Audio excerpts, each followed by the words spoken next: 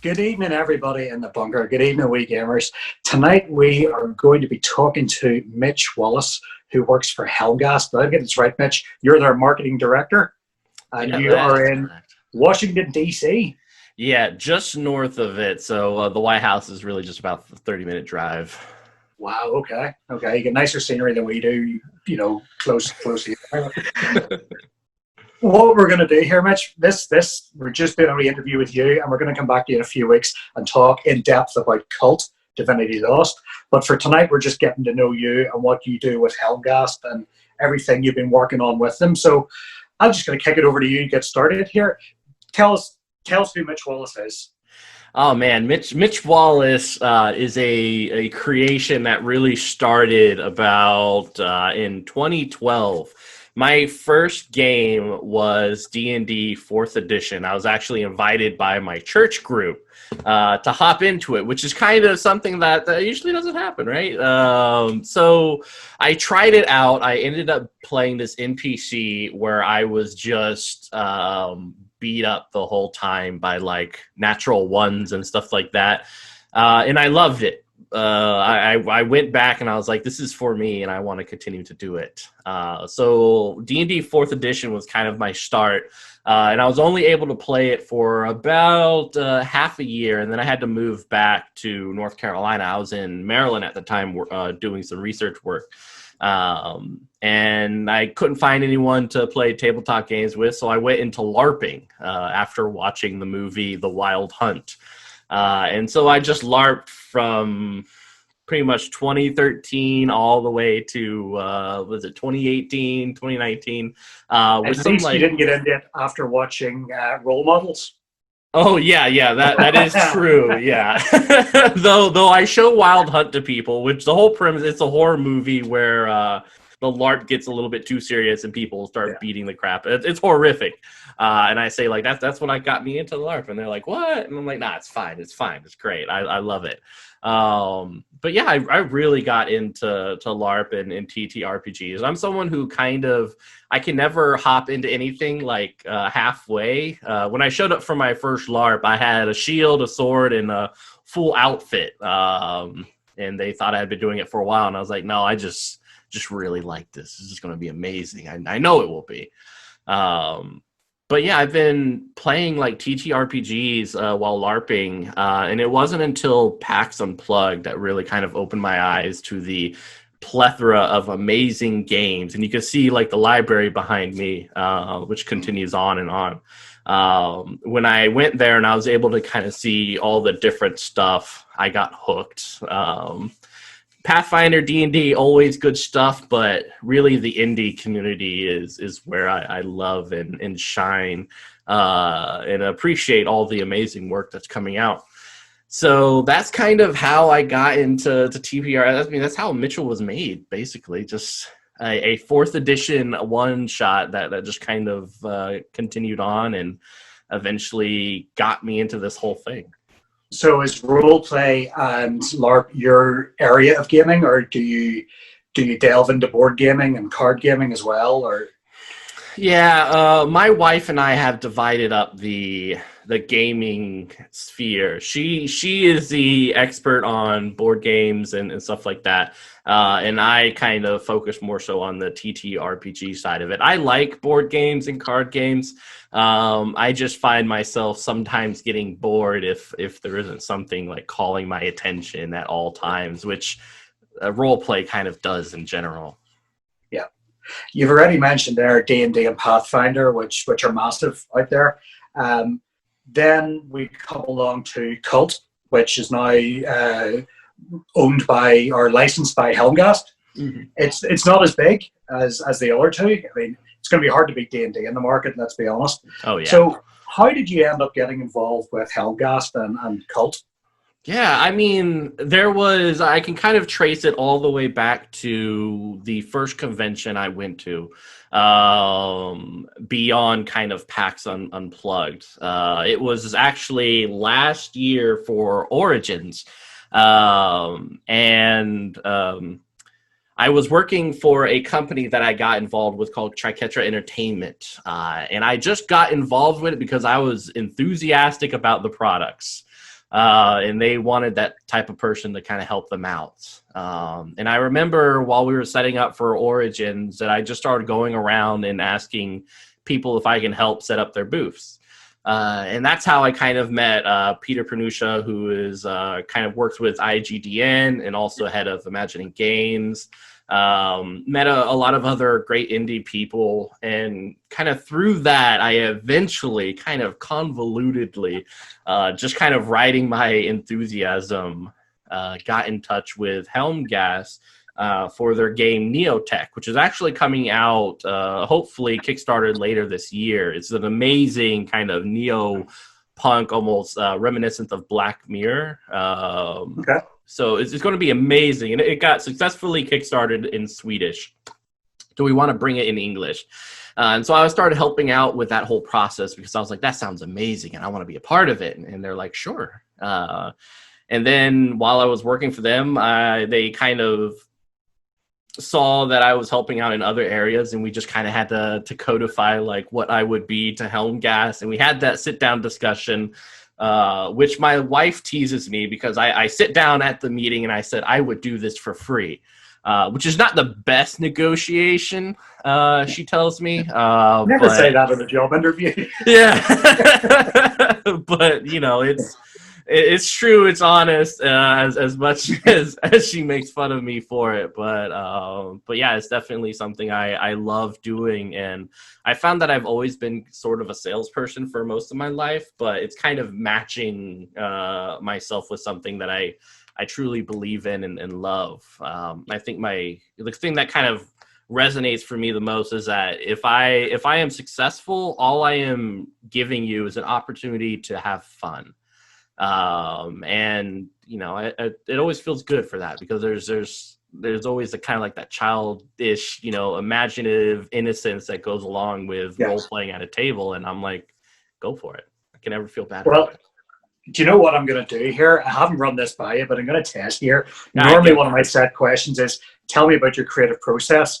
If you're a game designer or whatever, but you are pitching yourself as a marketing person here. So I'm going to give you 60 seconds to sell the audience on a role-playing game. I want to see you go for it here. Oh, do man. your best.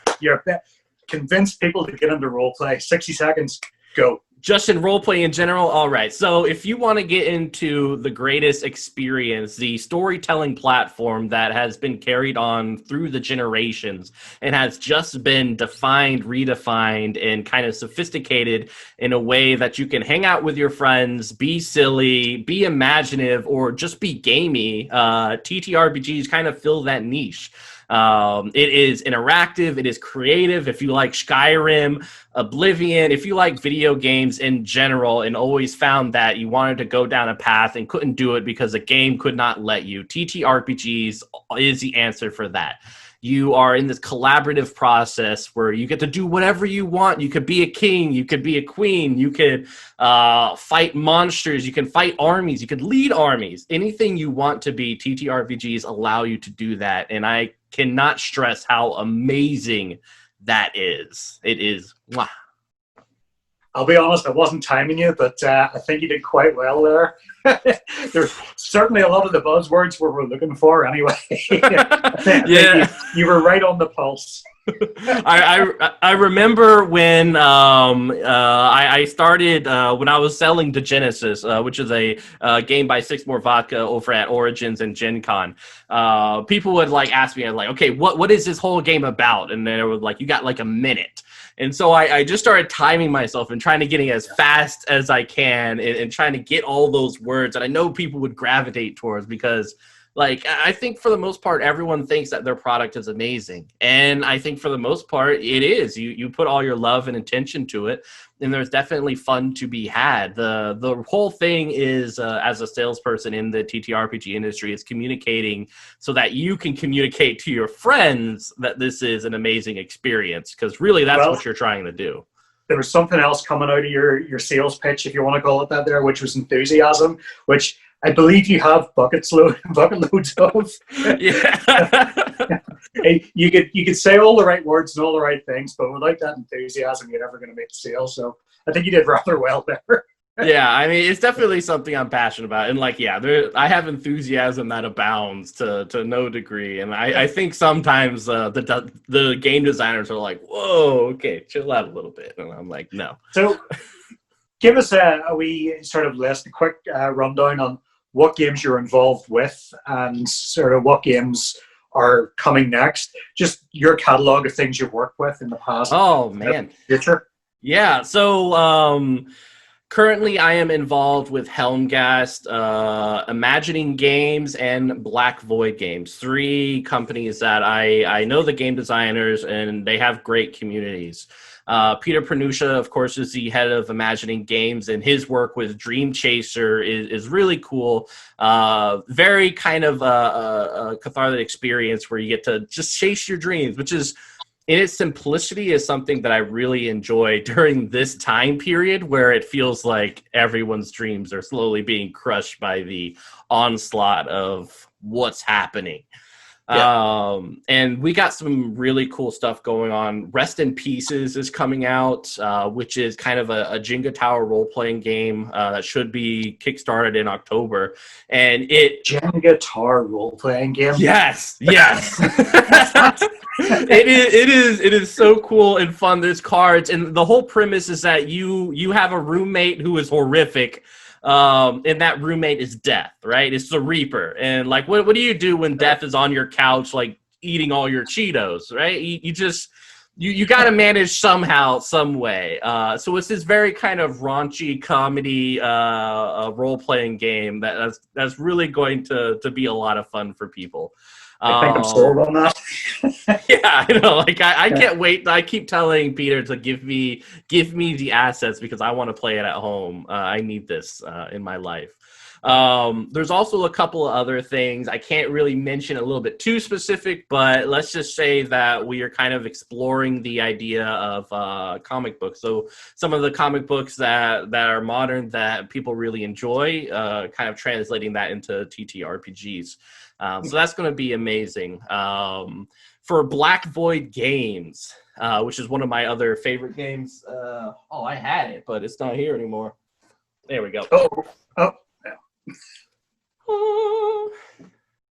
Yeah, so really cool, done by Christopher, who currently is in Singapore. So I get to have those amazing Sunday night meetings with him as we're on two completely different time zones. And Black Void. I was just going to say, because already you're dealing with Sweden and now Singapore. I mean, where else are you doing? Australia, really it's California that throws me off. Like I'm good with communicating with people in Singapore and all other places. But when it gets to California is just close enough that I feel comfortable, but it's far enough that I will miss the meeting. Do you not like people in your own time zone? Oh man. I do. It's every time I talk to someone in my time zone, because I just got in the habit of saying like EST. They're like, "What are you saying, Mitch?" Like, obviously EST. You live right down the street from me, and I'm like, I'm sorry, it's habit, and I can't help it. But yeah, I mean, Black Void Games has some really cool stuff coming out. We got a new scenario coming. We're actually going to be doing a one shot with Red Moon Roleplay. This Sunday. I'm recording at 8 a.m., which is something I thought I would never do. But you know what? It's Red Moon Roleplay, and I really hope they win the second year of the Indy Award. So super excited for that. And Black Void Games is just kind of this beautiful compilation of what I want in Call of Cthulhu mixed with kind of like this ancient Babylonian, like almost D&D-esque. So it's a really cool system. And I get to use D12s, which are one of my favorite dice, rarely utilized. And geez, Helmgast. So we have the Troubleshooters coming out. We just had a successful Kickstarter. I love it so much. I didn't realize how much I loved it until I started running it, because I really love comedy. It's hilarious, and we had a lot of fun. And I love it when the table's laughing and grinning about the absurdity of the situations you get into. Of course, we just successfully did Cult Divinity Lost, which is a new GM book, as well as some scenarios. I'm really excited about the Forbidden book, the stuff that we cannot sell at stores, so we can only get it via the Kickstarter or probably later at our own page store, but obviously limited printing. Neotech is coming out later this year. Another cool thing we are working on is Retrocity by Bastion Deharme, who does the cover art for Cult Divinity Lost. This guy, the art he does is amazing. Yeah, didn't Divinity Lost win an award for its cover art or for its interior? I know it got an award for some of the art. Yeah, but, yeah. I mean, the cover of it, yeah, it is really, really nice. Yeah, and this is his game, so it's just going to be filled with his art, based on the graphic novel he put out a couple of years ago that is currently only in French, but we want to kickstart and have it translated so people can start getting into the world and setting of Retrocity. So that's kind of like my marketing stuff. On a personal level, I've successfully written 2 scenarios that are kind of, one's on Drive-Thru RPG, one's on Ordo Magica. The third one will be on Drive-Thru RPG. It is a Shadows Over Saul scenario by Saga Machine. So that'll be coming out later this month. And of course, I got a couple other scenarios that are coming up for Fragged Empire, 2nd edition, something else with Chris Gunning of Delta Green. So a lot of cool stuff kind of in the works and flowing on. Just on that there, tell me a wee bit about your creative process. Whenever you're writing a scenario or writing a story, or what do you do? Where do you go to? Where do you get your inspiration? How do you pull it all together? Oh man, I mean, a lot of my stuff just comes from my dreams. It's like a very... I have spent most of my life trying to figure out how to sleep, and it just doesn't work. And my dreams are always just this intensive experience that kind of shakes me to the core sometimes when I wake up. And a lot of times they just kind of they bring in thoughts that I haven't considered, and I just start writing them down. And from that, it's almost like having this long piece of tasty meat. You just continue to chew on it, and you follow it where it goes. I do know K-pop, and it is a big part of the process, even for Cult. Something about K-pop just kind of does it for me. I can't say it's on my list of things. It's K-pop and classical music from like, what's it? I'm like blanking on all the people I really love listening to, but between those two is kind of writing them down on a notebook that I have right here, and then just organizing it. And I have like a lot of people who kind of help me with the organizational and production side of things, because I am a very spontaneous creative, so it's kind of, I need people to help me guide the writing, but yeah, that's kind of the whole... You sound like a big bucket of good ideas sometimes, and it's like pulling the right idea out and sort of just, getting it sort of on the page is the hard part, but having the big bucket of ideas isn't a bad thing. Yeah, so, it's just enthusiasm and buckets of ideas. That's all I am. I think we boiled you right down. Yeah. It's all really contained in this. Like, it's just kind of a perfect analogy of who I am. Yeah, you're like a blue Chewbacca going on there with all the hair. Exactly. And like the weird things you can do with this. Or I'm just jealous. So, hey. Tell me this then. You've mentioned this weird period that we're stuck in at the minute, and you've mentioned that you're more sort of leaning towards the role play side of things. So something I always ask the people that I interview here is that you're stuck in lockdown and you can pick any 3 games, any 3. They don't have to be games you own, just any 3 games. And that's what you have to play during the 3-4 months, however long this lasts. Go. Any 3. Oh man. All right. So I feel like it has to be Cult Divinity Lost. And not just because Coming. yeah, like, and not just because I really love horror. Horror has been something I adore and I love, and it's gotten a little bit harder to watch because my child is about 22 months, so I can't watch Event Horizon with him around anymore. He Such a good used film. I know he used to love it when he was about 1, but like as he grows older, like his mom looks at me with these eyes that say, "No, don't do it." But yeah, I love horror, and Cult Divinity Lost is kind of that perfect mix of rules light where I can just tell the story. It doesn't get in the way of me telling my story. And enough material in the books between the art and the writing that just kind of inspires ideas. If not for Cult, it would probably be Delta Green right underneath it. But Cult, City of Mist would be my second one by Son of Oak. It is, I mean, it's powered by the apocalypse, but it's done in such a different, unique way. You can almost say it's its own thing. I love that the character sheets are kind of in and out, and you can, as your character progresses, it kind of changes and moves. Third game. Yeah, so number 2 was City of Mist. Obviously, Amit Moshe does amazing work with that, and some great people working on that project. And the third one, oh my gosh, this is probably the most difficult. You know what? I think I will say The Genesis by Six More Vodka. It is one of the highest produced role-playing games in existence, in my opinion. They do amazing art, and I know Six More Vodka does art for like Riot Games and used to for Marvel, I think. And the amount of work they put in to create this kind of book of masterpiece of art and creative work is really cool, and I've always appreciated it. And we kind of got to bring that game to PAX Unplugged for the first time that it was kind of featured at a US convention. And people had a lot of fun with it. It's gorgeous. So those 3 games, and only because you forced my hand. Fair enough. It's hard to boil down to a list of 3. I know mine changes probably on a weekly basis. Yeah, I play a new game and just think, wow, that's straight into the top 5 at least, or whatever.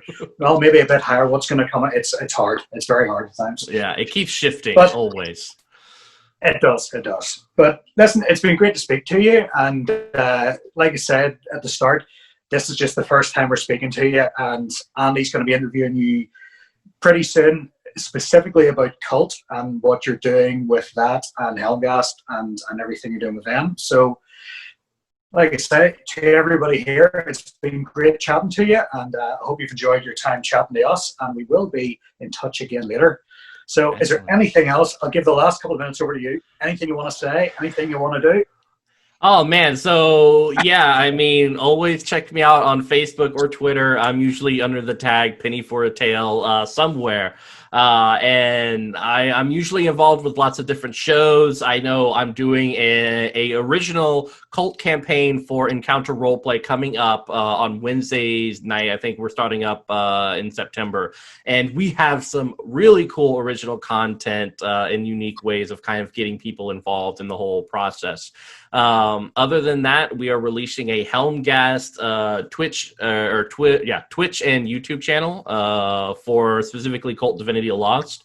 With a lot, we're like accepting interviews, casting people, so that we can continue to shoot out amazing stories to inspire and for people just to watch. So a lot of big things are coming for Helmgast. So stay tuned and continue to follow and like. And they will all be in the links below. Well, listen, Mitch, it's been great speaking to you, and we'll keep in touch. You guys as well. See you guys later. Bye.